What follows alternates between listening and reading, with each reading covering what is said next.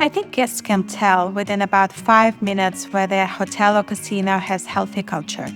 Not because of the lobby, not because of the brand standards, not because someone said welcome.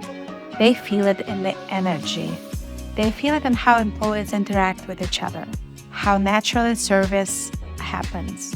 Everything is just so natural, it flows, and you can feel the vibe. How quickly problems get solved, how confident or exhausted the staff feels. And that's why I think the industry still massively underestimates the connection between EX and CX. Because guests experience your employee experience, whether you measure it or not. I think one of the biggest mistakes hotels and casinos make is assuming guest experience starts when the guest arrives. It doesn't.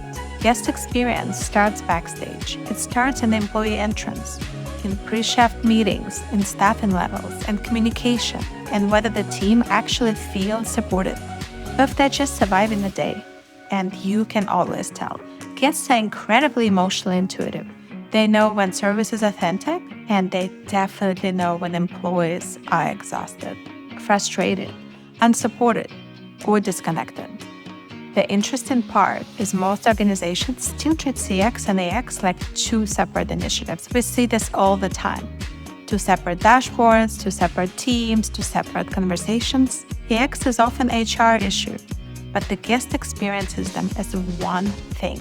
A guest never says, the employee experience seems low. They say, the place feels disorganized. Nobody seems happy. Service fell off. Something just didn't feel right. That's AX showing up through CX. And honestly, I think a lot of operators are measuring the wrong things. They're watching occupancy, RevPAR, labor percentages. Meanwhile, operational friction is quietly destroying loyalty in the background. Because even broken process eventually reaches the guest. Every communication gap eventually reaches the guest. Every tech issue eventually reaches the guest. Every morale issue eventually reaches the guest. And what's fascinating is the frontline usually already knows exactly where the problems are. It's not the lack of data. Ask a front desk agent, ask a VIP host, ask your housekeeping, ask reservations. They can typically tell you within 5 minutes what frustrates guests, what slows down the service, what creates tension, what causes complaints, and what's costed the property money. But too often, organizations only listen to employees after turnover spikes or guest satisfaction drops. At that point, the guest experience problem has already become expensive. The best operators are starting to realize something really important. Employee experience is not just an HR initiative. It's an operational strategy.